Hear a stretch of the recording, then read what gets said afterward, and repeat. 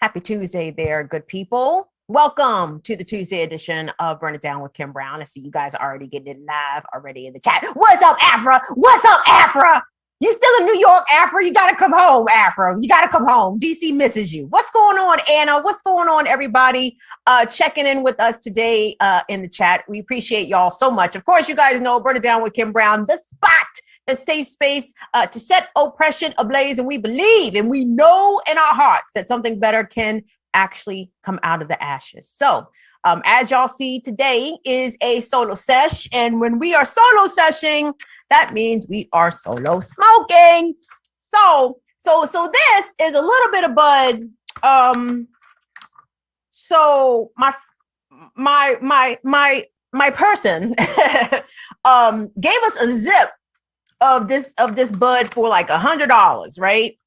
And you're like, $100 ounce, where did you do that at? Well, this is not like super strong weed. My person said this is the kind of weed that you smoke like if you're trying to quit smoking cigarettes, right? Like you can smoke on this all day. It's not gonna have you stuck on stupid, but you will feel high. So I decided that this actually could be the best bud for me to partake upon during the show, because as you all have seen, sometimes I get a little too high and I lose my place and I forget what it is that we are even discussing. But unfortunately, y'all, today is a bunch of blower topics. So, and I don't say that to hopefully that y'all tune away. No, this is all shit that we need to talk about.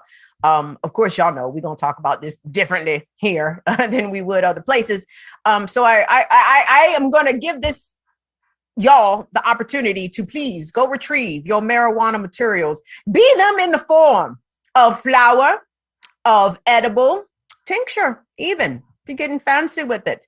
Go get your shit, man. Because we gotta roll up. We gotta roll up right now. Because America is Americaning at a very high level, as it usually does. But it seems as though, first of all, it seems that we are very much still in the year 2020. It definitely feels as though we are in the 16th month of the year 2020. Did 2020 even officially end? Because all the same shit from 2020 is still very much here with us. And we know that police violence has been with us much, much longer than that. Hundreds of years, ever since the inception of this settler colonist state founded on white supremacy and capitalism, that we do know. But the COVID still very much here with us, as we are seeing infection rates tick up, as we are seeing schools reopening, as we're seeing more and more kids get COVID. Shit's crazy. But anyway, we're gonna deal with one malady, one plague at a time. The issue of police violence against Black people, Black and brown people in this country, presented itself once again this week when 20-year-old Daunte Wright from outside of Minneapolis was pulled over during a pretextual police stop. Actually, Tunick, can you put Dante's picture up if you haven't already? This is a picture of Daunte provided by his mom, Katie. Not to us, not provided to us, but to another journalist, and it was on Twitter. The journalist, I think her name was Kim Hyatt, out of the Minneapolis area. But that's a picture of Daunte and his son, Daunte Jr., who will be 2 years old in July. And very tragically, this little boy is going to grow up without his father because police decided to do what they do to a lot of Black and brown people in this country. Fuck with them. But it's called a pretextual police stop.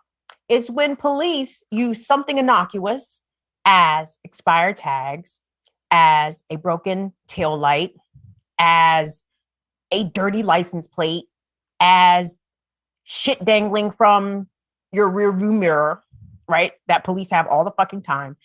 They use something bogus, some bullshit. They smell marijuana. Y'all know the script. They use this pretextual bullshit in order to engage Black and brown people in hopes that they will discover more things in order to wrap this person up in the system. This is what happened with Daunte. Now, Daunte allegedly was stopped for expired tags. Daunte didn't think that that was correct, so he called his mom, right? Now, if he was a real fucking criminal, he gonna call his mama and ask mama about what's up with the tags, what's up with the insurance, what's up? Come on. Let the police tell it. He had a misdemeanor arrest warrant for a misdemeanor gun charge, which again, I need more information about. Because where I'm from, they ain't misdemeanor shit when it comes to guns, right? So I'm like, did it really misdemeanor? Or did y'all just make that up? We'll see. But as you can imagine, as you all already know, for the past 2 days, outside of Minneapolis, Brooklyn Center, just 10 miles away from where George Floyd was killed almost a year ago by Derek Chauvin. While this trial is still going on, we're going to touch a little bit about that too, tiny bit. Now, I'm not going to say this is more important, but this is more front of mind, I suppose. Or maybe they're both occupying the same space at the same time. You guys tell me. But I wanted to take a look at some footage from the past couple of nights. Unfortunately, there's a couple clips I did not get to include, and those are of looting scenes that I saw. And the reason I did not pull those looting clips was because I saw them posted by right-wing trolley accounts. You know, what's the motherfucker's name who ain't shit? I know there's a lot of them on the right to choose from. Andy NGO and Jack Poblasek and all these, Bammers with American flags in their Twitter handles. So I didn't know whether or not those looting scenes were current, right? Because the motherfuckers would pull some shit from the 92 LA ride to be like, look at this shit they was doing in Minneapolis last night. Like, no. So I was not able to independently verify some of those clips. But let me just say, for the record, I support all that shit. I support them looting the damn Dollar Tree. I support the looting of what other shit did they loot? Like the advanced auto parks. I remember last year they looted Target. I support all that shit. Loot all that shit. Do you know why? Because Black people and marginalized and oppressed people could loot every store in this whole fucking country for 200 fucking years. It would not even come close to the debt that America owes us, and that these corporations owe us, and that these banks and insurance companies who helped to finance the slave trade, who happen to still be in business in the 21st century, that shit don't compare to what the fuck they owe us. So y'all will never, ever, ever, ever, ever, ever hear me get up here on some platform or any fucking thing and talk about, well, y'all shouldn't do that. You shouldn't be riding. Y'all shouldn't be tearing shit up. Tear all that shit up. Tear it up. Because really, that's the language. That's the only language this country understands. Well, they understand two languages. Well, three. America understands money, property, and violence. Okay? That's it. That's it. Beyond that, America don't understand shit. So when you tear up property, that gets attention. When you, quote unquote, become violent, that gets attention. And it's a good kind of attention as far as I'm concerned, because there are so many people in this country, white people, of course, not the white people who watch this show. Y'all are all right with me. But I'm talking about regular Americans, regular white Americans. Oh my God. Just heads in the sand for all this bullshit. And of course, when we talk about the police response to the uprisings, to the demonstrations, to the anger surrounding the murder of this young man, Daunte Wright. Hold on, y'all. I'm getting angry. I'm getting angry already. And my J, look at my J. My J about to be fat. That should give you an indication of how upset I am. Like, the more upset. And it's funny, for all my weed smokers out there, I'm about to tell y'all something y'all already know. But, you know, if I'm mad, I got to smoke a fat J. If I'm happy, I got to smoke a fat J. If I am depressed, I got to smoke a fat J. If I am ecstatic and on cloud nine, got to smoke a fat J. So we are in got to smoke a fat J kind of territory right now. Tunde, if we could get into that montage of clips. So gang, this is what we're about to see. And let me credit all the journalists who have their footage and their documentation of these incidents over the past couple of nights on Twitter. So let me make sure I credit them properly. First video we're going to see is from Unicorn Riot. You all know Unicorn Riot be on the scene. Also, Mr. MD, I think his name is Mark Van Cleve, photojournalist for the Star Tribune, and Liz Sawyer, also a photojournalist from the Minneapolis Star Tribune. So I want to take a quick look at some of these videos. What we're going to see are people meeting the cops in the streets. The first clip actually contains a quick statement from Dante's mom, Katie. So we're going to look at that, and we're going to see pictures of the National Guard, which, by the way, aren't you guys stunned at the speed at which the National Guard was mobilized to protect property in the Twin Cities? Meanwhile, back on January 6th at the United States Capitol, took them niggas 10 hours to find their way to the fucking Capitol. Like, it's amazing how law enforcement can quickly get this shit together when there's niggas involved. Ain't that something? So y'all get comfy. This is going to be a few minutes, but definitely worth watching. This is going to be some compelling pictures we're about to see here. Tunde, if we could, please.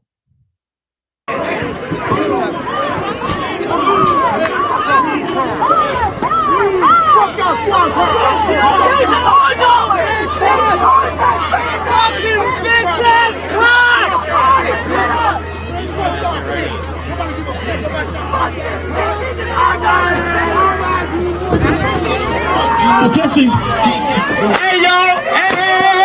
Hey, y'all. Police are shooting, brother. I just talked to the shot him in the ear, it looks like. I just talked to Dante's mama. She wants y'all to chill out so we can get justice for Dante. Let's get justice for Dante. Let's get justice for Dante. Chill out, y'all. They wanna start some shit with us so Dante don't get no justice. You gotta chill out. Where's his mama? Go get their mama. Where's his mama? Go get Katie right there. Hold the space. Hold the space. Look.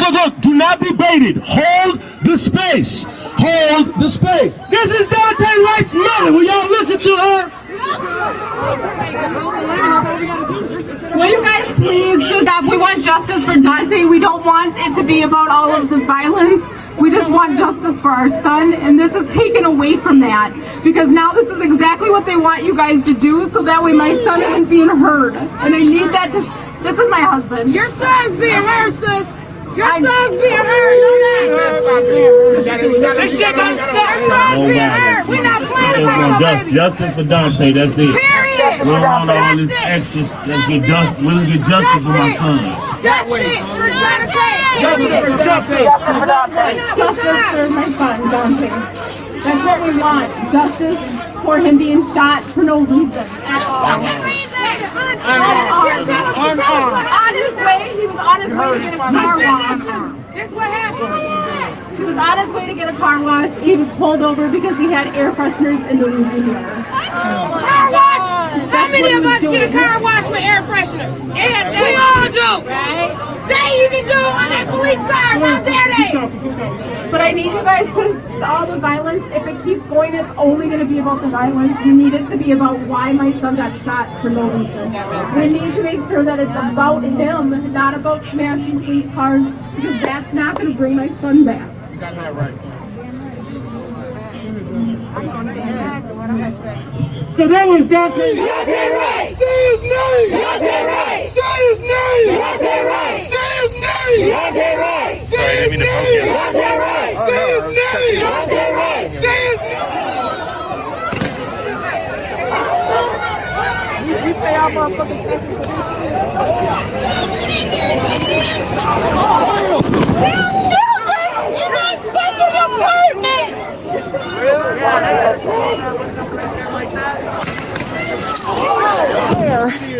Now you can see. Now you can see. Y'all be twisting up the story. You want to talk to me? Do you want to talk to me? Okay, cool. Now, don't take my mic, but we're cool. Okay. What's your name? What's my name? My name is my name. All right. So tell me what you think about what's going on here. What I think about this is all the press and all the extra shit y'all do makes this worse. You think so? Yes. When people want to protest, they shouldn't do it in front of a fucking police courthouse. Shit like that. You get what the fuck I'm saying? I want you to be careful. I want you to be careful. I really Of do. what? Of anything that can Of hit what? you. Of anything that can hit you. Look at all Of the stuff. what? Of this. Of what? Of this. Do it look like I'm scared? No, you don't. Do it look like I'm scared? You don't. You don't. Exactly. Y'all need to get up out of here with all that twisting up the media ass shit. Okay. Real shit. You don't know me, but we're going to get to know each other. That's You what gonna we're get to going know do. each other, Yes, huh? we are. Let's we see. are. We are. How you gonna know me? We're gonna talk. I'm gonna share a number with you. All right, let's do it. No, let's do it right Let's here. do it. All right, here's my phone. Let's go ahead and share your number. Talk about something that's real. Tell me what's real. Y'all just gonna edit out the shit that y'all We're don't live. want, and then y'all gonna edit out some other shit. We're live right You're now. not fucking live. I'm live right now. I don't care if you live or not. Okay, but get we away can't from here edit with this. all that This is media live. shit that This y'all is doing. live right now. Look. We're with CNN. Then We're take live. that camera all the way the fuck up there. We are going up there. That's Take it where all the we're way the going fuck when up you there. stopped us. Y'all doing all the extra shit for the backhand shit to make people look all crazier than We're what the going fuck up they there. are. All right, then you watch us because Take that's y'all where we're ass up going. there. All right, so everybody's got a hot head right now, as you might imagine, because Yeah, that last clip, obviously, CNN reporter Sarah Seidner being approached by a protester. And you guys, of course, I'm going to treat this situation with the respect and the solemnity that it deserves. But can I take a pause from that to make a quick joke about how old boy did some of the blackest things ever in that clip? What's your name, sir? My name is my name, nigga. You don't need to know my name. I'm not giving CNN my name out here in front of all these goddamn people. And what was the other thing he said? He going in talking about, oh, y'all just gonna report the shit and edit the shit and do whatever. And she's like, no, we live right now. No, y'all ain't live. I don't care if y'all live. So my bad. I have a very terrible habit of trying to find the humor in sometimes even the worstest of situations, not to make a joke of it, but sometimes humor does shine through. So there is something right there. So guys, right. I looked for this guy talking to the reporter. I'm curious. I hope he does call Sarah up. That would be a wise move on her end, because that was live TV and it was very raw as they were being shot upon with munitions and tear gas, and it just seemed like a very, very chaotic situation. But I wanted to go back to what we heard from Daunte Wright's mom. Now, the reason why he was pulled over is a bit in doubt, right? I won't say in doubt, but it's not exactly 100% clear. But when she mentioned the air fresheners, and I don't know how much of that necessarily has been debunked, but I know that's his mother. She didn't pull that out of the sky, right? Like she got that from somebody. Now, either he told her while they were on the phone, or the girlfriend later told her, but she didn't get that out of nowhere. But you guys, when we're talking about the issue of pretextual traffic stops that police do to affect an engagement with the person, with the motorist, this is one of the perils of driving while Black. Thinking about Philando Castile, thinking about that Army lieutenant in Windsor, Virginia.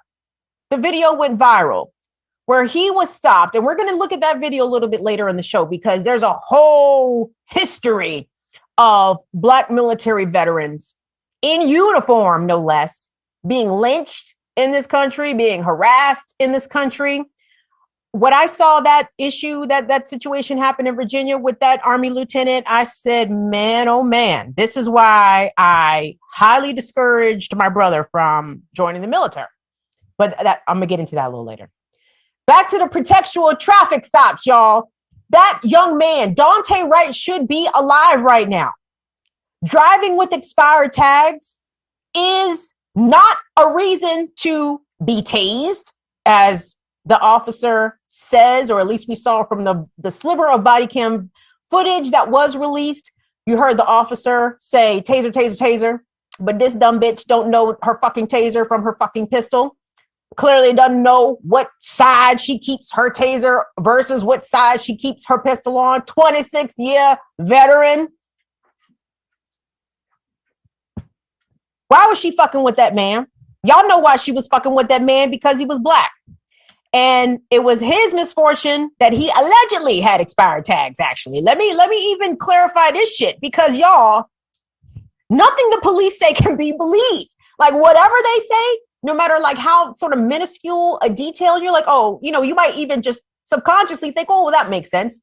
Why else would the cops pull him over if he didn't have expired tags? Because he was fucking Black. The cops do not need a real reason to fuck with you. That is what these pretextual traffic stops are about. And imagine, and there have been, research and studies done upon this. If you take traffic enforcement out of the police powers, out of the purview of what police do you know how many Black and brown people would likely not die from negative encounters with the cops? Because a lot of times, some of these deadly encounters with police are affected or initiated with that traffic stop on some bullshit. But there has been movement already with the status of the police officer who is, and I say this as a journalism term, y'all know what I really think, but allegedly shot and killed Daunte Wright. Hold on, my J's not right. Give me 1 second. I'll be right with y'all. Hold on. But I'm trying to spark this J because I'm getting angrier and angrier. And like I said, my weed guy says this is the kind of weed you can just smoke. And it's not gonna get you stoned. It's gonna get you stoned, but not super stoned. All y'all smoking? Did y'all roll up? Everybody got your bongs, your little pipes, weed pipes? Because I know meth is popular out here with the kids. Don't go down that road, kids and grown-ups, especially grown-ups, because y'all asses is old enough to know goddamn better. Don't be out here smoking no fucking meth. I can't believe niggas are smoking meth. That blows my mind to this day. Completely blows my mind. I digress. I wanted to take a look, if we could, y'all, because like I said, there has been movement here. First of all, I mean, again, you all probably watch way more cable news than I do. I cannot. If I watch more than, let's say, 15 or 20 minutes of MSNBC, I start to feel nauseous. If I watch more than 10 minutes of CNN, I definitely feel nauseous. So I have not been watching the cable news. I've been following all the social media. And hold on. And of course, the mayor of Brooklyn Center, Minnesota is black. So they done got his black ass out there, running PR interference for the whole situation. But there has been movement because the mayor today, maybe an hour or some change before we went live at 5, announced that the police chief, who was talking all kinds of shit, had resigned his position along with the officer who had allegedly shot Daunte Wright. Tunde, if we could please take a look at that next montage of clips. Some of these are CNN clips. A couple of these are clips from the recount. But we are initially going to see now former Brooklyn Center Police Chief Gannon address the media and give his bullshit excuse as to why people shouldn't be upset with his officer because it was an accidental shooting. We're going to get into that after the clip. Tunde, if we could take a peek at that montage. As you can hear, the officer, while struggling with Mr. Wright, shouts, "Taser, taser," several times. That is part of the officer's training prior to deploying a taser, which is a less lethal device. That is done to make her partners aware, as well as the subject, that a taser deployment will be imminent.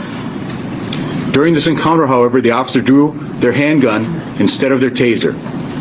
For informational purposes, we train with our handguns on our dominant side and our taser on our weak side. So if you're right-handed, you carry your firearm on your right side and you carry your taser on the left. This is done purposefully and is trained. As I watch the video and listen to the officer's commands, it is my belief that the officer had the intention to deploy their taser, but instead shot Mr. Wright with a single bullet.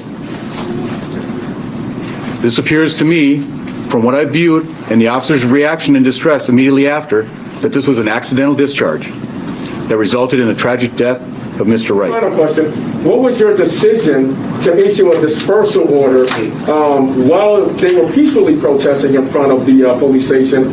What led to you to issue a dispersal order, and then on the back end of that 10-minute dispersal order, then to issue out CO2 canisters and gas for the crowd? So, can you talk to us about that? Just so everybody's clear, I was front and center at the protest, at the riot. We did not. It was a riot. Don't do that. There was no riot. There was. So the officers that were putting themselves in harm's way were being pelted with frozen cans of pop. They were being pelted with concrete blocks. And yes, we had our helmets on and we had other protection gear, but an officer was injured, hit in the head with a brick. That was a Hennepin County deputy. He was transported to the hospital. So we had to make decisions. We had to disperse the crowd because we can't allow our officers to be harmed. And I've already answered the question, I believe, about your lighting. I know that's a big deal with you, and I understand that, but I thought I've explained that myself. So that is, I told you it's my decision, and that's why I made that decision. Is there another question? Yes, ma'am. I mean, the room's tense. I can feel it. As of this morning, we have the resignation.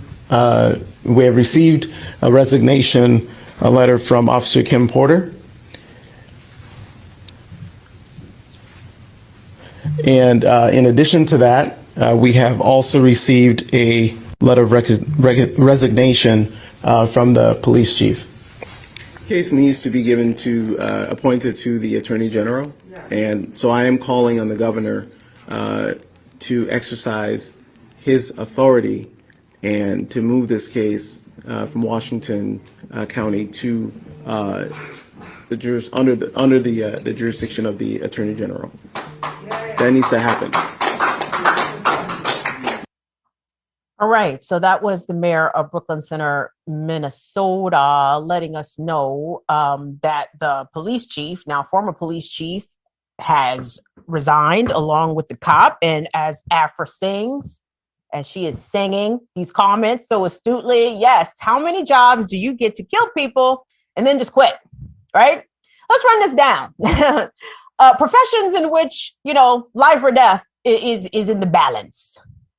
Physicians, doctors, surgeons. Can a surgeon just be like, well, I done cut the wrong artery. My bad. No. I guess they could, but no, there are absolute consequences for malpractice. If it's so egregious, it could be, rise to the level of criminality. If a dump truck driver or a trash truck driver hits and kills somebody, no, there's consequences, y'all. You just don't quit your job and be like, oh, well, that's it. I guess we're good then. I guess everything is square. No, shit ain't fucking square.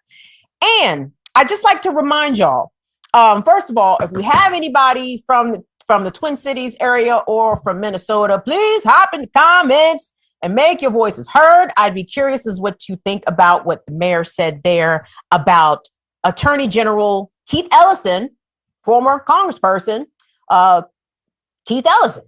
Oh, do y'all think Keith Ellison is doing a good job up there in Minnesota? Let me know.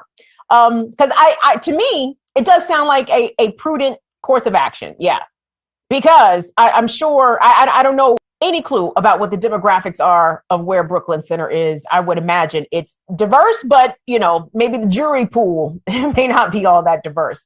So the mayor is taking what looks like sort of objective action and saying, take it out of this county and allow it to be prosecuted by the state attorney general, which makes sense.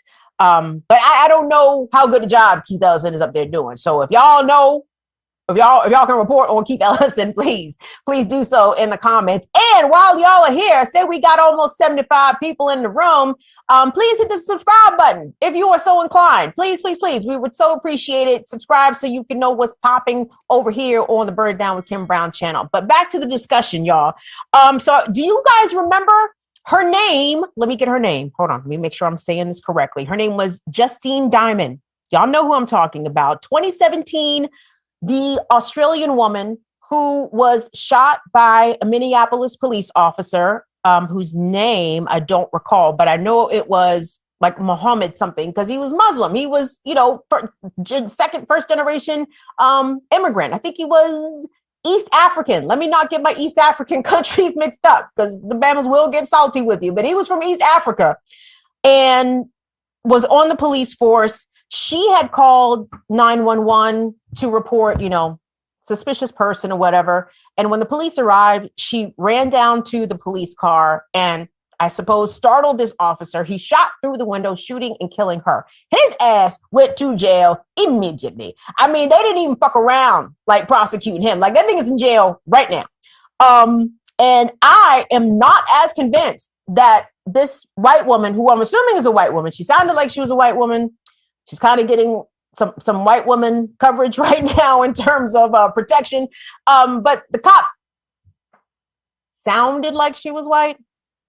Y'all think they're going to send her ass to jail as quickly as they sent that East African descent police person to jail for killing that other white woman? Come on.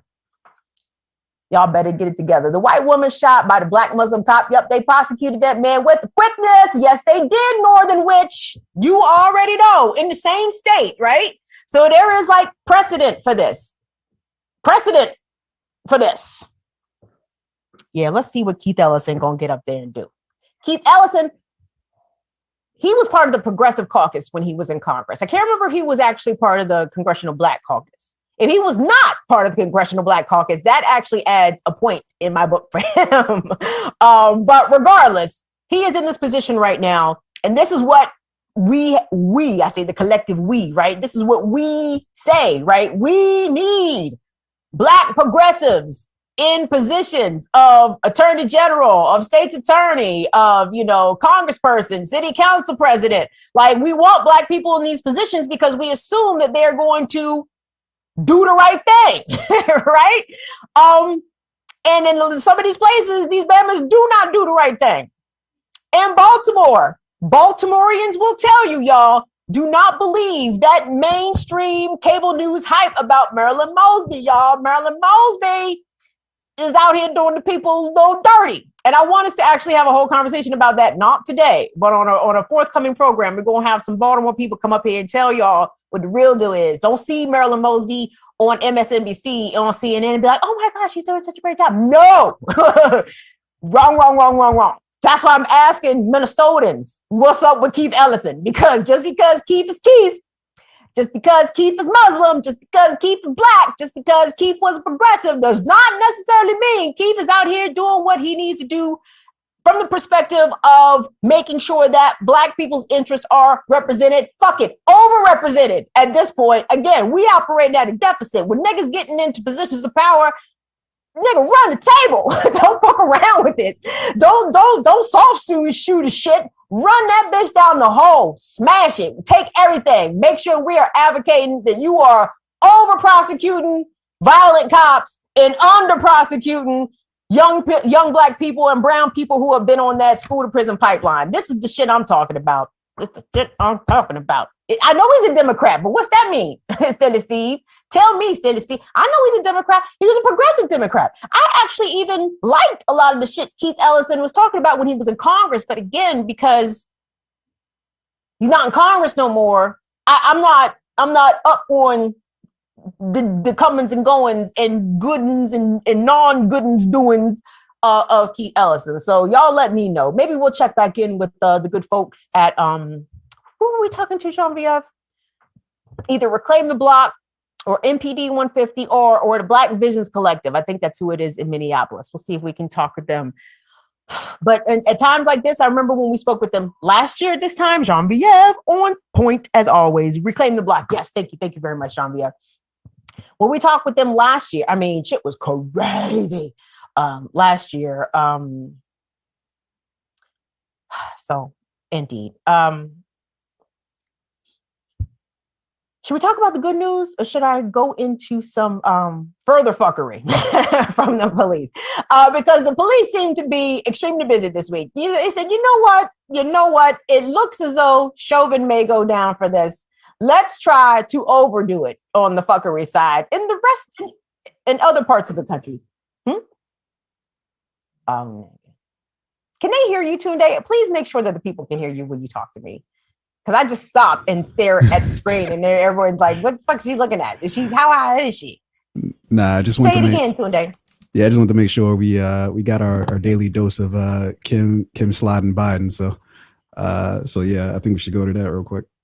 Thank you for that reminder, Tunde. And I agree fully. Y'all know y'all boy, that's y'all boy. Because I know some of y'all voted for Joe Biden. You ain't got a lot of me, Craig. You ain't got to lie. I know y'all voted for Joe Biden. And if y'all didn't vote for Joe Biden, it makes me love you all the more. Howsoever, Joe Biden had to get on his 94 crime bill, fucking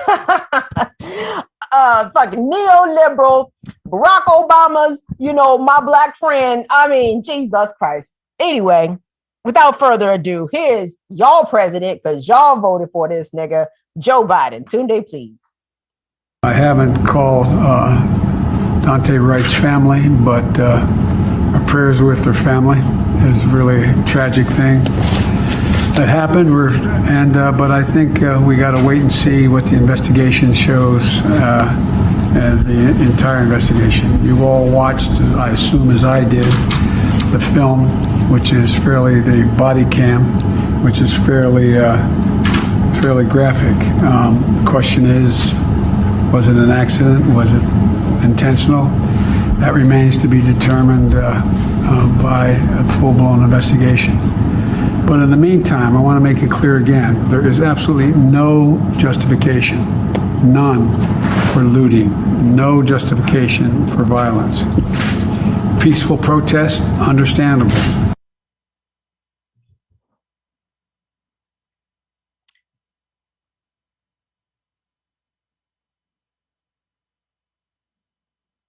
How can Joe Biden say that peaceful protests are understandable when the people who are protesting are there because of the violence that they have endured. Someone was murdered in the back. It appears that the police shot him in the back. And Joe Biden says, well, we don't know if it was an accident or if it was intentional.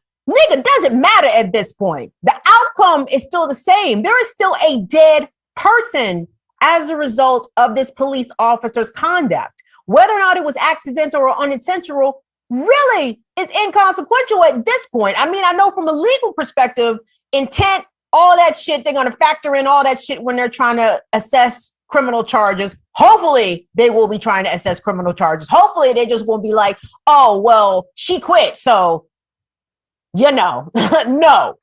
Obviously this cop needs to be prosecuted as the other Black cop was in the same state, was prosecuted for shooting and killing a white woman. So please always keep that front of mind.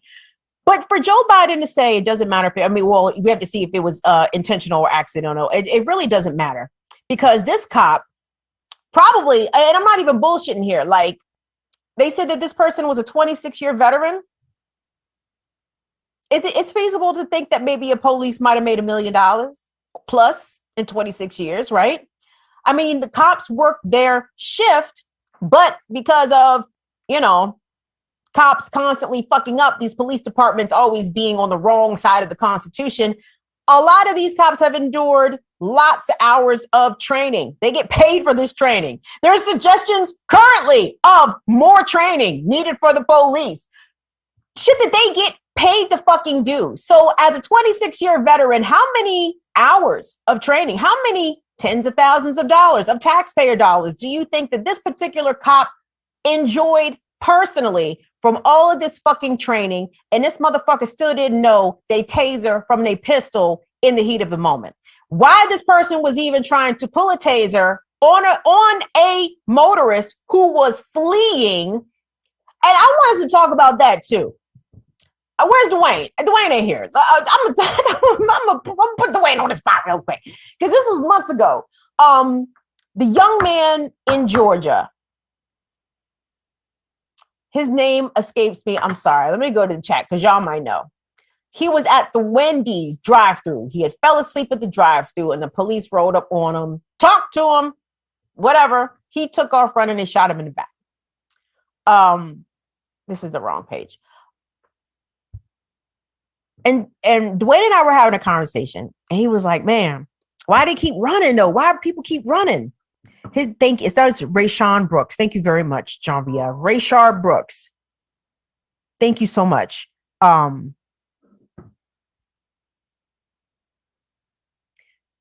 said, well, why do they keep running? Like, at some point, you gotta take some responsibility. And I'm like, Dwayne, but how come they just can't let him get, how come he can't get away? You understand? Like in the case with Rayshard Brooks, police had his license, they had his car. He said my sister lived over there. Like, if he had just ran away, the police would have caught up with him at some point. Like, I don't understand this need for cops. We got to get him. I mean, it's almost like a posse mentality, right? Gang mentality, if you will, considering some of our previous show topics. But this insistence that whoever is fleeing us, whoever is trying to elude police, under no circumstances, no matter what they are running for, if they are running away for expired tags, if they're running away for failure to pay child support, like for non-violent offenses, people are being pursued extremely violently. And that's what happened with Daunte Wright. He was allegedly, again, I can't just operate off what the police say that his warrant was for. I don't know. That's what they said. I don't know that, because these niggas lie as sure as shit as they are breathing. But I mean, it's perplexing that you can't just run away from the cops without it being a life or death situation. Like, they're willing to kill you in order to capture you, no matter what your alleged offense is. That's terrifying. For our viewers who live in other places around the globe, I know it's not like that where y'all are. Well, most of y'all are. I know it's grittier than America in some places around this world. But in other places are doing way better than the US of A when it comes to how law enforcement engages the public in ways that are nonviolent and preferably non-lethal. Walter Scott, Courtney, the SLP, you read my mind. Thank you so much. I was thinking about Walter Scott in South Carolina. What I think his alleged offense was failure to pay child support or something goofy, like some stupid fucking traffic infraction, like his tail light was out or something dumb.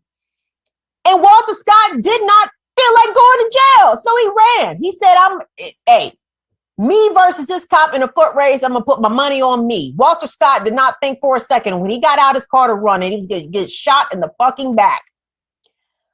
And the only reason that police is in jail right now is because somebody recorded it. So here we are, y'all. Here we are. America keeps Americaning very high levels.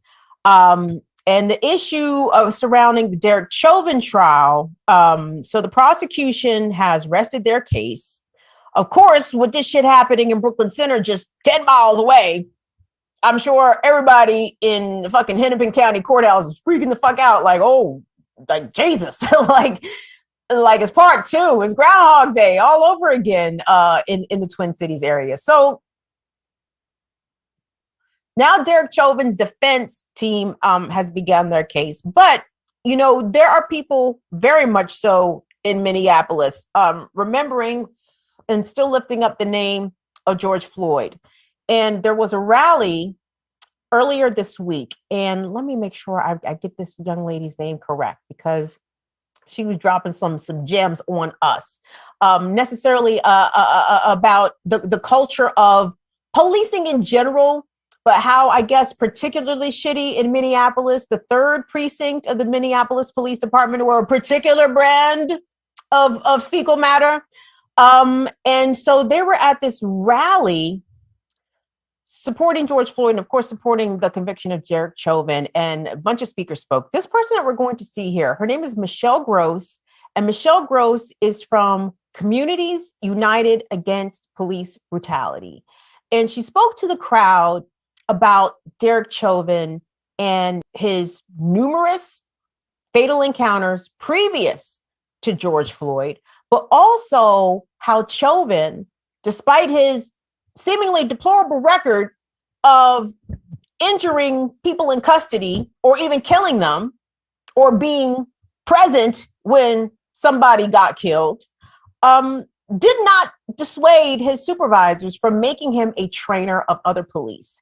And I thought that what this woman is, you guys are about to hear from this woman, it was extremely profound. Tunde, if we could please take a peek at D3, guys. This is in Minneapolis earlier, well, not earlier this week, but just days ago. Let's take a peek at this. This is who they made a trainer in the Minneapolis Police Department. So when people talk about, oh, you know, Rondo got on the stand and he said this and that, and that's not who we are and all that, it's exactly who they are. And I'll tell you something else about Derek Chauvin that most people don't know. He was the warlord for the 3rd precinct. You know what the warlord is? That's cop talk. It means the guy that's in charge of lining up the off-duty work. And if you had a good relationship with him, you got to do the good off-duty work and get that extra money. See, they like to talk about, oh, we don't make any money and it's such a hard job and mow, mow, mow and all that crap, right? They start with an associate's degree at $68,000 a year in Minneapolis. Right out of school, their starting salary is $68,000 a year. With off-duty, within 3 years, they're making over $100,000. So don't be feeling sorry for these jackasses standing in the middle of the street waving their arms around doing traffic or whatever the hell they do. You know? They're over here making all kind of money to harass the community and do a bunch of bullshit that doesn't need to get done anyway. Right. So let's be real about it, okay? And so Derek Chauvin, he was the warlord, the organizer for all the off-duty work. He would go to the clubs and shake them down for $50 an hour cash for these cops. pay them under the table. He would use our uniform, and all of them would use our uniforms, our cars, our gas, and we covered their liability so that those assholes could take that cash and put it under the table and stick it in their pocket. That's the reason why the feds are going after him for tax evasion. So know that too. But just like he's guilty of tax evasion, so are a hell of a lot more cops. But he was the guy in charge of all of that for the 3rd precinct. How many Derek Chauvins in a police department in a city near you, ladies and gentlemen? Y'all, they're gonna give. From what this appears to be going, the direction rather that this appears to be going, the trial of Derek Chauvin. They might be going to jail. But again, it's a penance to the debt that is owed to Black people in the Black community in the Minneapolis area, right? Derek Chauvin could have several people's blood on his hands. Appears that he does. He probably deserved to go to jail for shit that happened way before George Floyd. And truly, that is a whole nother conversation, because it really kind of disgusts me the way that Democrats and liberals be sort of, cuckooing over Amy Klobuchar. I'm like, hold on, nigga. Amy Klobuchar was motherfucking attorney general. She had Derek Chauvin cases come across her desk more than once. Amy Klobuchar could have saved George Floyd. But what the fuck did she do? Adhere to the white supremacist system. Per usual, that's the script. And cops like Derek Chauvin get to walk another day in order to kill another person until it finally catches up with them. And it doesn't always catch up with them, by the way. But the fact that, again, we know this. We know how much cops make on overtime, right? Police budgets are generally exploding. Don't believe all the defund the police hype, because that's not happening everywhere. It's happened a few places. And where it has happened is extremely exciting, but there's also a tremendous amount of resistance. Man, I hear the term white boy summer and refund the police. Like, they're going to make it a white boy summer by refunding the police in some of these places. They're going to make Joe Biden wants to make it a white boy summer by refunding the police. Come on. But the cops make very good, very generous base salaries. They are eligible for all kinds of overtime, and they're eligible to be paid for off-duty work as security, different places. $50 an hour. And I thought I had recalled hearing last year, around the time that George Floyd had initially been killed, that actually Derek Chauvin and George Floyd knew each other. They were acquaintances. They both allegedly worked security or something of the sort at a same club in Minneapolis.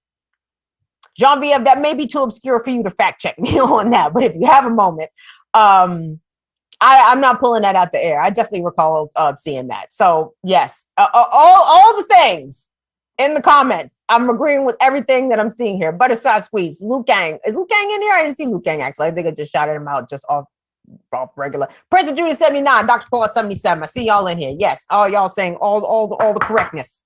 All the correctness. But there's that. So we'll see how the Chauvin shit shakes out. Derek Chauvin could be the law enforcement institutional, sacrificial lamb in this scenario. They might let Chauvin go down for this. But again, this other broad, Officer Kim, no relation.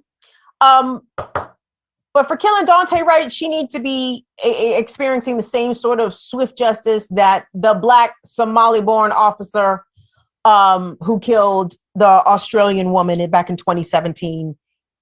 This officer in this recent incident needs to experience that sort of swiftness. But speaking of police and how the police just, their raison d'etre is to fuck with Black people, Black and brown people, apparently. Everybody saw the video of the Army lieutenant. God damn, it's 5:52? Shit. Y'all let me run my mouth all this time? That's cool. It's cool. We know. I'm going to do this succinctly. The video of the Army lieutenant being pulled over for some bullshit, a pretextual traffic stop for no illegal cause, right? The motherfucker wasn't actually doing anything wrong, but the police just saw a tiny opening to affect an engagement, and then shit goes south. So NBC News did an interesting split screen of the Army lieutenant who was pulled over in Windsor, Virginia in December of last year. I watched this entire video for the first time, and I'm gonna tell you, he had his dog in the car. These motherfuckers pepper sprayed him with his dog in the car. He must have had a very nice dog. My dog would have been trying to bite faces off, and they probably would have shot my dog, and then they would have shot me too. So it just would have been a whole bad situation. Howsoever, take a look at this video, y'all. This is an interesting edit put together of the Army lieutenant who was Black and Latino, who filmed this encounter himself with his cell phone. And then, of course, the police body cam footage was rolling at the same time. So from what I understand, the lawyer representing the Army lieutenant, this is footage that his office compiled and then released once the news of his lawsuit was announced. So Tunde, if we could please take a look at E1. How many occupants are in the vehicle? What's going on? How many occupants are in your vehicle? It's only myself. Why are your weapons drawn? What's going on? Open the door slowly and step out. Open the door. I'm not getting out the vehicle. What's going on? Get out the car. Open the door slowly and get out. What's going on? Get out of the car now. Open the door and get out the car.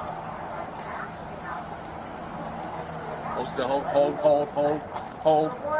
Keep your hands outside the window. Keep your hands outside the window. My hands are right here. What's going on? Get out of the car now. Get out of the car. What's now. going on? Get out of the car now. Get out of the car now. I'm serving this country and this is how I'm treated? Yo, what? Guess what? I'm a veteran too. I'm gonna obey. Get out of the car. What's going on? Get out of the car now. What's going on? What's going on? You're fixing to ride the lightning, son. I'm sorry, what?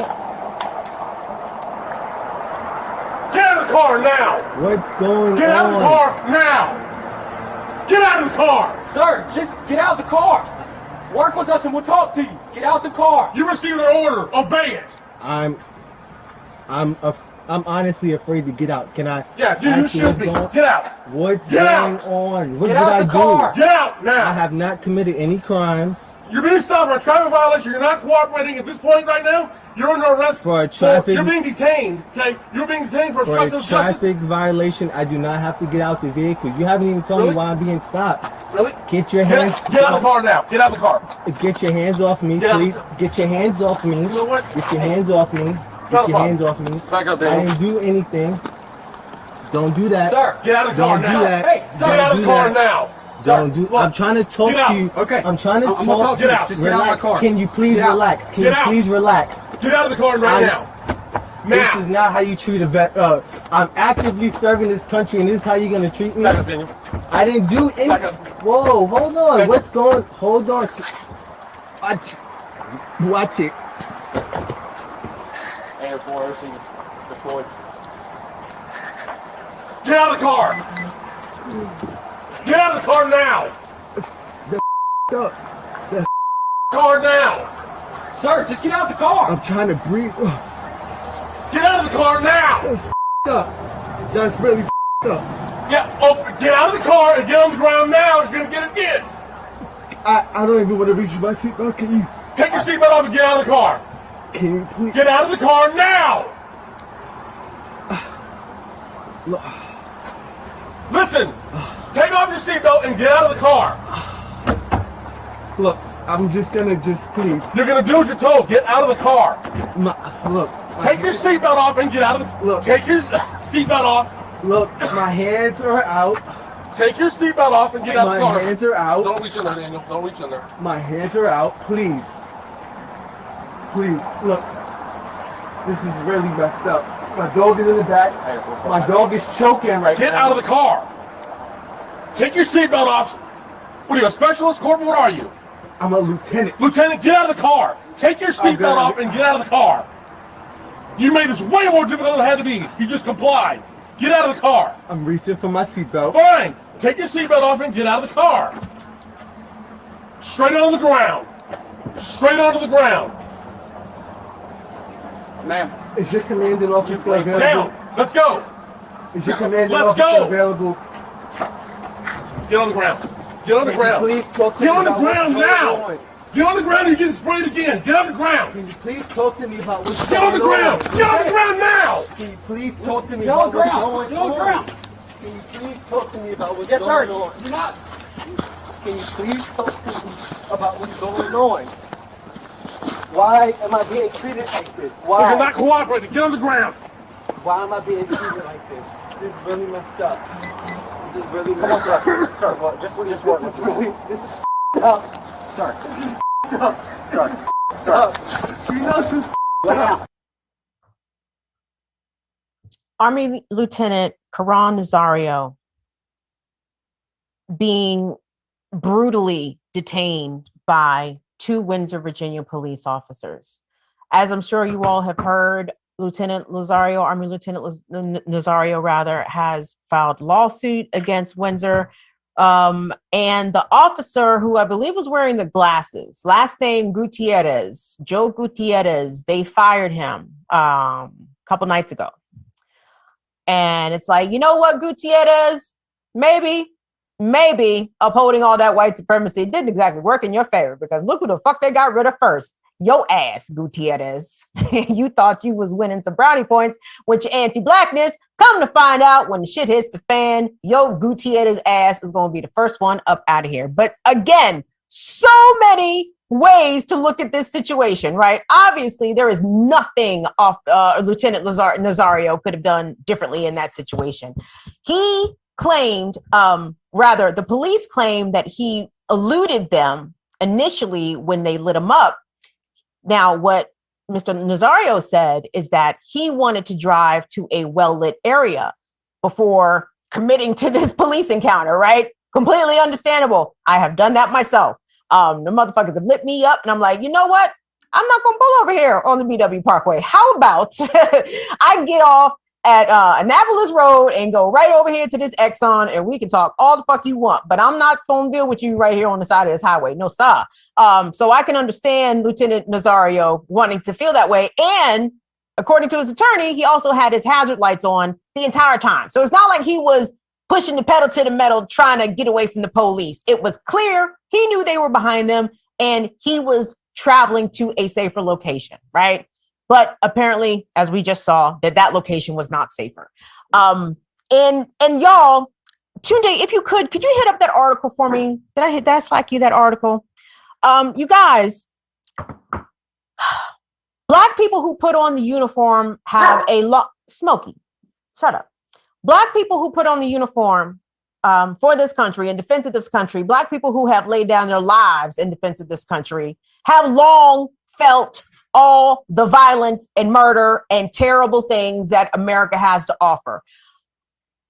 There were a number, I'm going to say in the hundreds, y'all. I mean, it's not a small number historically, especially in the 20th century, of veterans of World War I and World War II, even the Korean War, possibly even Vietnam. I mean, literally, name a war that America's been in, that Black people absolutely fought in, and they came home for defending democracy abroad just to experience violent racism in their own country whilst wearing the uniform. Many a Black man was lynched in his military garb in this country. I want us to take a quick peek, y'all. The Equal Justice Initiative. They have a really good retrospective. Every day they post something on their social media about something terrible related to race that happened in America, because so many of us, white and Black, Indigenous, Latinx, and Asian, do not fully know America's terrible history. You know why? Because they intentionally do a terrible job of teaching it to us. Just to think about all the crazy, fucked up, racist shit in America's past that you didn't learn about until you was a whole ass adult. that your social studies teacher didn't even think to do and tell you about.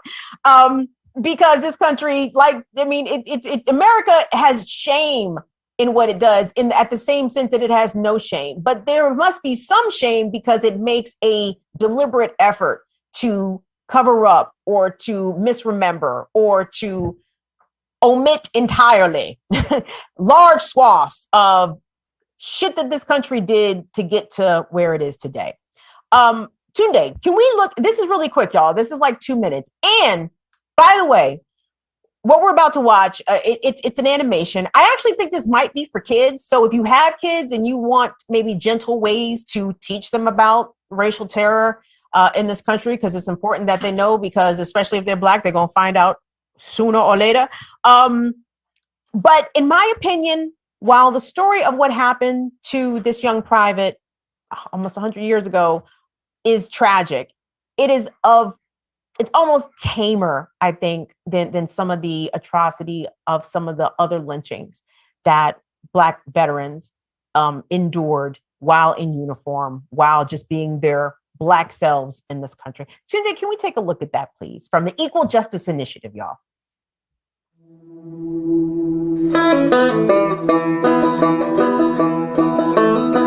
For generations of African Americans, military service sparked dreams of racial equality. The 13th Amendment outlawed slavery in 1865, but decades later, Black people still faced discrimination, racism, and violence, especially in the South, where most of them lived.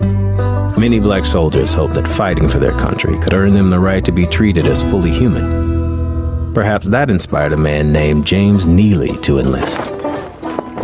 In summer 1898, Private Neely was a member of the 25th Infantry, an all-Black regiment that had just served valiantly in Cuba during the Spanish-American War.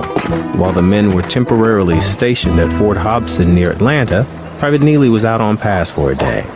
He journeyed to a small town of Hampton, Georgia. It was hot, and he was thirsty. He spied a drugstore and went inside for a drink. Mr. Moore was working the fountain that day, but he didn't offer the soldier a drink and a friendly smile. Instead, he told him that Black customers couldn't drink at the counter.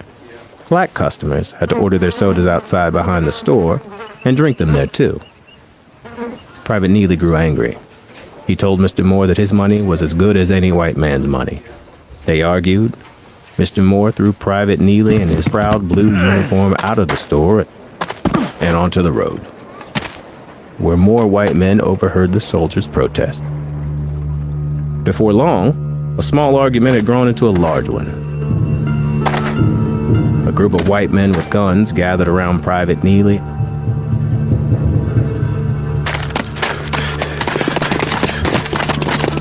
And shots rang out. Private Neely fled, but he was wounded. He died in Hampton, Georgia that day.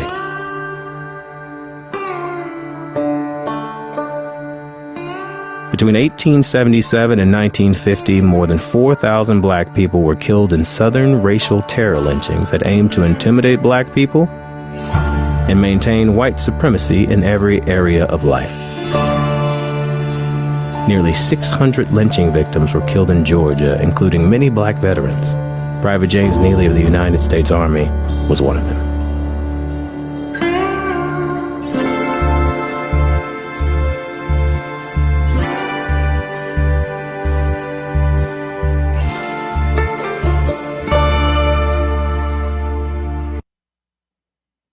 I thought that was informative. That's from the Equal Justice Initiative, y'all. And just to kind of give an example of one of many examples of Black military, either active duty or veterans, facing racial violence, harassment, either by the police or by the society at large. And many a Black person was lynched in their uniform. And trust me, in Windsor, Virginia, in December of 2020, that video that we just saw, the only reason that video has gone viral is because that young man is active duty in the military and he was in his uniform. Yeah, who just said this in the comments? Was it Cryptician? One of y'all just said that. Yep, like, only reason he might be alive is because he was in that camo. But the only reason why this is a story, the only reason why this has gone viral is again because this country has a very short history. Like people are rightfully, I would imagine, appalled by how this young man was treated and the calm and composure that he displayed. Because just imagine, had he even been a tiny bit combative, or if he had been even the smallest bit of sassy or smart mouth with them cops, they was ready to light his ass up. They did light his ass up with the damn pepper spray, but they was ready for him to get rowdy. And even according to his attorney, threatened his career, threatened to end his career with some sort of criminal action bullshit if he went public with this. But you know, there's no protection in silence, right? Like you got to tell your story in order for justice to be served. Now, either justice through the legal system or just karmic universal justice. But you know, spake it into existence, so it shall come unto thee. But y'all, I want to get y'all's take on this because as a lot of Black and brown families know, you know, the military is a job, right? Like a lot of people enter the military in order to like get out of trouble or stay out of trouble or prevent themselves preemptively from getting into trouble. Or even more simply to try to get money for college, right? Like this has been said numerous times on social media, but the military, Jesus Christ, if they made college free, right? Then how would the military recruit anybody, right? Who wants to just go fight for fucking America besides extremely patriotic white people? Not niggas, not if we had a choice. Not if there was another way, not if college was free. Come on now. Howsoever, I will say this, y'all. You know, that treatment that Lieutenant Nazario experienced there, in addition to the historical shitting upon that this country has done to Black people who have served in defense of this nation, who have laid down their lives in defense of this shitty nation, which was not defending their constitutional civil rights, not ever, not once, right? My brother, who I believe y'all know, who was murdered in 2017. Oh Lord, those years are piling up. Well, one of these years is anyway.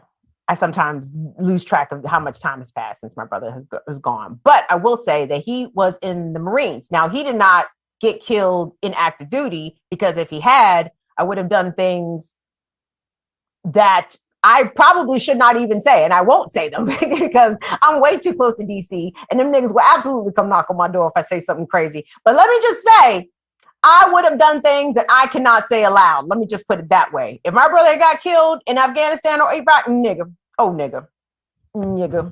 I'd have happily gone to jail for something dumb, and it wouldn't have been dumb in my opinion. Howsoever, but that's not what happened to him. He got killed in a random encounter of street violence, basically. Stranger on stranger, just typical shit that happens in America. But part of the reason I was so very much against him even joining the military in the first place is because of this shit, right? Because my brother is worth more than that. Your brother, your father, your uncle, your sons, your daughters, your nieces, everybody is worth more than that. Please, Black people, do not sign up for this military, because it at the end of the day, you are still a nigga in camo, and they will treat you fucking accordingly, as you saw, as Lieutenant Nazario experienced, and I hope that he gets 7 figures, 8 figures, and more out of Windsor, Virginia. But there's no merit in it, y'all. There's no benefit to you or to your family if you sign up your whole life and body in defense of the United States, which absolutely will not stop the police from killing you or yours for reasons that don't even have to be good, right? Like, I can't, it's so troubling to me that some young Black people, and maybe this is the case for some young Black people. I didn't think this was the case for my brother. I felt as though he had options. But I guess the military was a path of least resistance. And I understand that. I didn't like it, and I still don't like it to this day. I still fucking hate it, honestly. But it literally breaks my heart to see young Black people go into the military, because I know how this country hates Black people, period. Doesn't even matter if you're military. Doesn't matter if your daddy or if your granddaddy was in the military. They don't care. They do not fucking care. They will pepper spray you in uniform, luckily didn't get killed. And they will try to blame you and tell you it's your fault and threaten you if you dare to speak up about it. I'm sorry, I had to get that off my chest. I feel some kind of way about that. Like, seriously, like it breaks my heart because I am not patriotic at all. And really, not many members of my family, I would say, are patriotic, which was, again, it was so confounding when my brother joined the Marines of all fucking branches. That really upset me as well, because who are the first motherfuckers they send in when we decide to invade somebody? The Marines. And they was going to send his black ass in first somewhere. Or the other side of that I didn't like about my brother being a Marine was they're going to send you to go shoot other people of color in another country? Like, no. Terrible idea all around. So when I see what happened to that Army lieutenant, it made me think of my brother. And I'm so, I'm devastated, of course, still that my brother is gone. But at the same time, he's not here to experience that bullshit, right? Because that could have very easily been him. It could have been him. It could have been you. And the only reason we fucking know about it is because cameras were rolling and because he was in uniform and he was active duty. That's it. Period. Point blank. Yes. But all right. I have held Tunde hostage. Tunde, are you good? Can I get 5 more minutes? Okay. Listen, I see we got a little crowd in here. What's up, y'all? If you haven't already smashed that subscribe button, I need you to do that. Go and just smush that joint. So I'm gonna leave us off on a up note, because we actually have some good news to report out of the state of Maryland, ladies and gentlemen. The state that brought you the Law Enforcement Officers Bill of Rights in 1970 something. We was the first to pass that trash. Well, let me inform you guys. This most recent legislative session just wrapped here in the state of Maryland, and I would be happy to let you know that the Law Enforcement Officers Bill of Rights has been repealed in the state of Maryland. Y'all give it up. And please give it up, especially for State Senator Jill P. Carter out of West Baltimore. Jill Carter has been on the forefront of police reform for a lot of years. That Jill Carter is a name you need to know. And Jean-Viev, we need to work again on trying to get Jill Carter back on the program, because Jill Carter has been putting in work in Annapolis for Baltimore City, and this is a big fucking deal. So there's things associated with this repealing of the Law Enforcement Officers Bill of Rights that I'm gonna get into in just one moment. You guys, don't forget.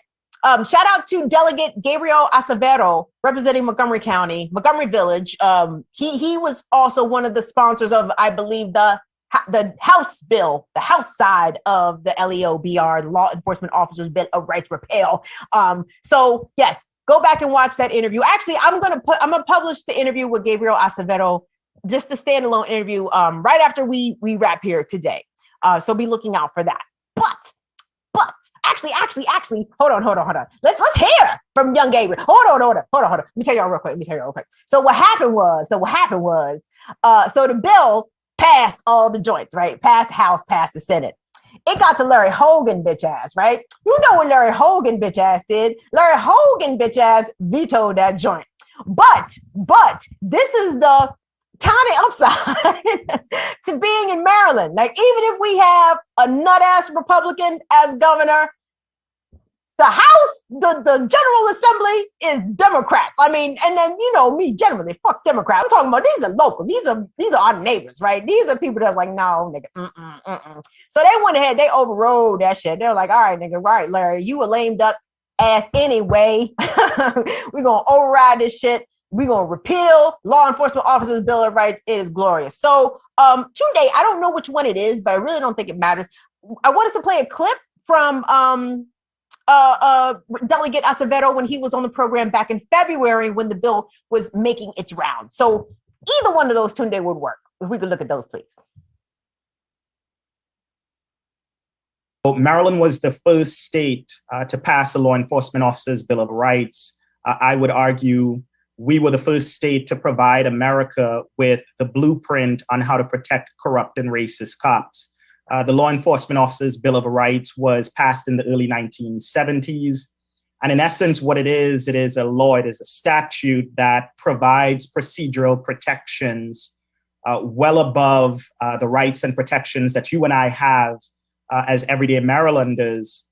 And it provides that kind of protection and insularity for officers who are accused of misconduct and abuse. And this statute has long impeded accountability. It has long impeded oversight and has long impeded justice for victims and their families. Absolutely. And again, it can't be overstated, like how much of a victory this is. And even though it is a victory, I don't think that the entire reform agenda got passed. There were still some things outstanding, including the fact that, you know, cops can still be school resource officers in Maryland public schools. A lot of other places quickly, that's something that they quickly got rid of when the whole, you know, defund the police thing movement really began to take shape. We know we heard about a bunch of cities pulling police out of their, you know, public school districts. Maryland said no. Maryland said no, the cops still shall remain in the schools. And I don't think that Anton's law, which pertained to police transparency, I don't think that that was enacted either as part of this repeal. So there is still work to do. There's still work to do. But y'all, it can happen, right? When people are talking about all this police reform, defund the police, abolish the police, this shit can't happen. This shit is happening. It is happening. It is not an overnight process. It is not even something that's done in a year, 2 or 5 years, y'all. This is a struggle. The Haitian brother told me, David Oxygen, when I interviewed with him many years ago, he said, this is a lifelong struggle. And I understand what he meant now. But of course, y'all know the pigs are distraught. Oh, the police are most unhappy. Tunde, cue up E4 for me, if you could there for me, brother. So this was Fox News. And there's a lot of funny things about this clip. And I would actually encourage you to go find this clip on YouTube because I'd be laughing at these niggas because these niggas are just hilarious in their in their indignation behind, you know, accountability for police. I mean, the fuck? Who would have thought of such a thing? Okay, well, first of all, I don't even know which Fox News doucher this is. This is one of them. I don't know if it's Steve Ducey or it's not Steve Ducey and it's not Greg Gutfield, but it's one of them other sad-faced, you know, overprivileged fucking, you know, milk toast sort of shitheads. So he is introducing the story furiously. He's mad. And then he goes to introduce the guest. What's his name? Kilmeade, right. One of them little fucking assholes. I knew it was one of them little shit turds. Anyway, Kilmeade, right. So Kilmeade gets on breathlessly upset. I'm setting this up for y'all. So upset about this repeal. And he goes to introduce his guests, which are the Wicomico sheriff, right? Except Kilmeade absolutely does not say Wicomico, right? He fucks it all up. And I said, see, that's what you get, you racist ass cop, because the Wicomico sheriff who got on here talking big shit. And I only took a clip of it. So I just want y'all to check this out because I found this shit funny. So today, if we could, to Fox News.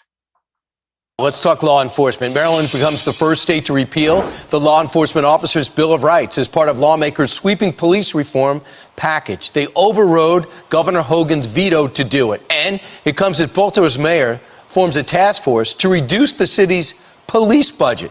Governor Hogan calls the move reckless and, quote, the worst possible thing we could do to stop violent crime. Here to react, Sheriff Mike Lewis of Wicomico County, and Maryland Chief John Neske of Bowie, Maryland Police Department. Welcome to both of you. Sheriff Lewis, to you. This means what to you? This is absolutely devastating to all Maryland law enforcement, Brian. In the 37 years I've been in law enforcement, we've never had anything impact law enforcement the way this is going to impact law enforcement. Policing, as we've noted in Maryland, is done. It's completely over. We don't know what's going to happen. They've passed these laws without having any knowledge whatsoever as to what they're doing. They have no clue. This is not law enforcement reform. It's law enforcement revenge. For the many, many years that we have attempted to hold criminals accountable in the state of Maryland, right, this is what they're doing to us. In Baltimore City, as you well know, the homicide rate has skyrocketed, a 40% increase in homicides this year alone over last year. And those who are pushing these bills and have been pushing these bills for the last 10 months are primarily from the Baltimore metropolitan area. Right. Right.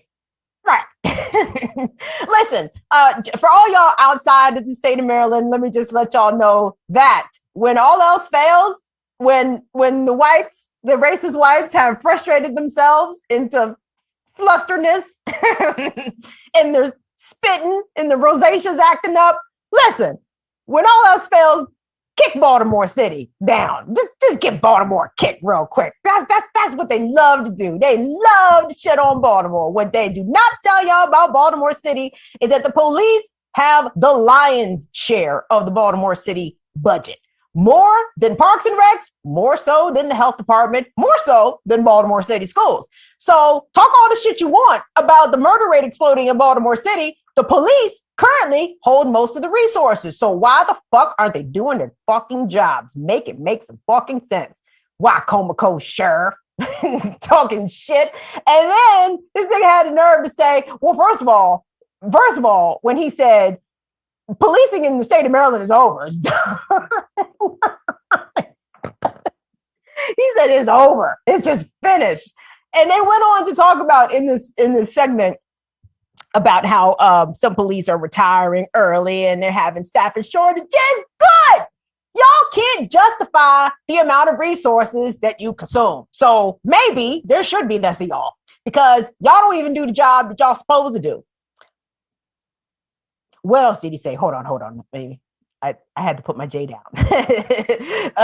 So my powers of recall could hopefully come back to me. But the interesting thing about, the cops being upset about this, which they naturally would be, but when he said this is not police reform, this is police revenge, that the police have been trying to catch criminals, and this is the politicians' way of punishing them for catching criminals. Listen, so much shit is about to fall in the state of Maryland. And the fact that Virginia to the south of us, which used to be way more conservative than us, all of a sudden is blasting past Maryland with progressive shit. Maryland's about to do some changes in my very, very humble hopings. And I think that this repeal of the Law Enforcement Officers Bill of Rights is a step in the right direction. But we need to pick up the pace on this recreational marijuana because DC's recreational. Ralph Northam, Governor Blackface, as one of the Burn It Down viewers so astutely named him, Governor Blackface is pushing the limit. Governor Blackface is balls to the wall on everything progressive before he gets out of office. Now, he has endorsed Terry McAuliffe to succeed him. And it's weird. It's like Terry McAuliffe, Mark Warner, like Ralph Northam, all these members are sort of like a carousel of like the same white man, like just in a different job. I guess it's Terry McAuliffe's turn to be governor. Okay, awesome. But as long as they're moving on progressive policies, fuck it. Keep these Governor Blackfaces and formerly Klan hood wearing white men doing their job because Ralph Northam is doing the damn thing and Larry Hogan is not doing the damn thing. And fortunately, Larry Hogan is a lame duck governor. He is out of here. I think Larry Hogan is going to experience the same fate as former Maryland Governor Martin O'Malley. Some of y'all might know Martin O'Malley. Most of y'all probably don't because Martin O'Malley is a sucker. And that's probably why you don't know. But Larry Hogan's probably going that same way. But I digress. But getting back to how the cops were so mad. Did you see how delicious it was? It was so lovely to see the cops so angry at the fact that now that there's accountability, they're waiting for them. And I don't know how far all these reform things are going to go, especially in places perhaps not as liberal as Maryland.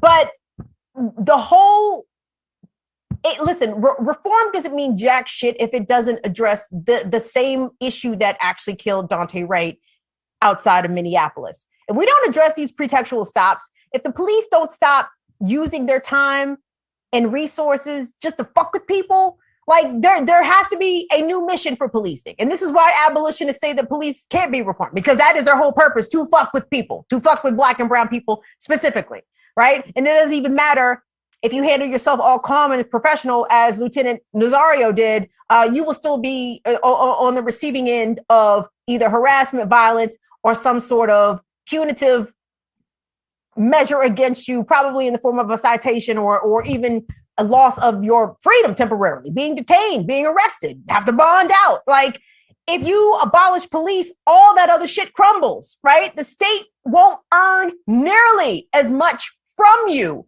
in the form of fines, restitution, court fees, being incarcerated. Like, there's so much money involved in policing and criminal justice.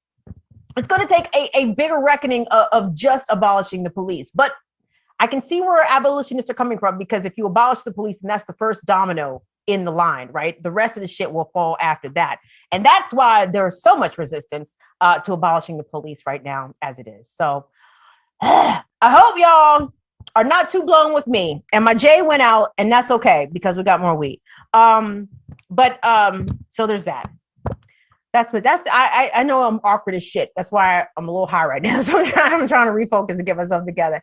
I normally don't go for an hour and a half, and I certainly appreciate all y'all hanging around for this. And if you are not currently a subscriber, hit the goddamn subscribe button, because according to the analytics, like 30% of the people that come and watch the show are not subscribers. Most of y'all are subscribers, and I'm eternally grateful. But for y'all who is faking on that subscribing, don't fake no longer.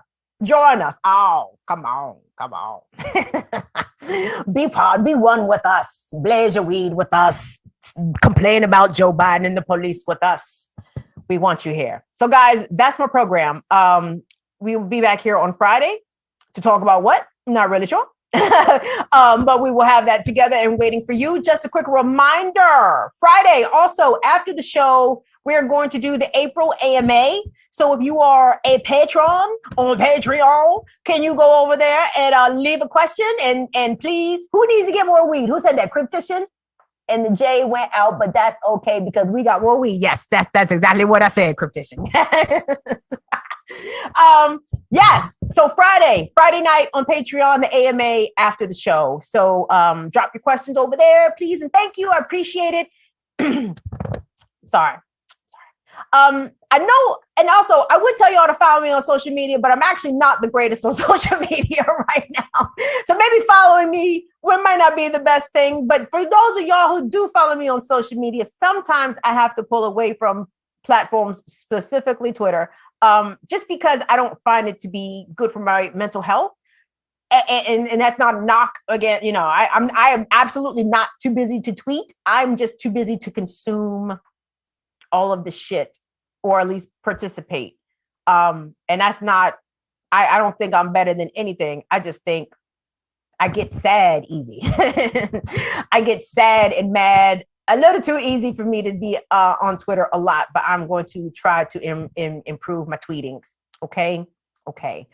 Thanks again for everyone who is supporting us on Patreon. If you would like to become a supporter of this program, you can do so for the low of $2 a month. Yes, baby, we have very affordable tiers for you to show your support in our content. And you can find us at patreon.com/BIDWKB. Somebody hit me up and said that they're not able to support us on Patreon or Venmo or Cash App.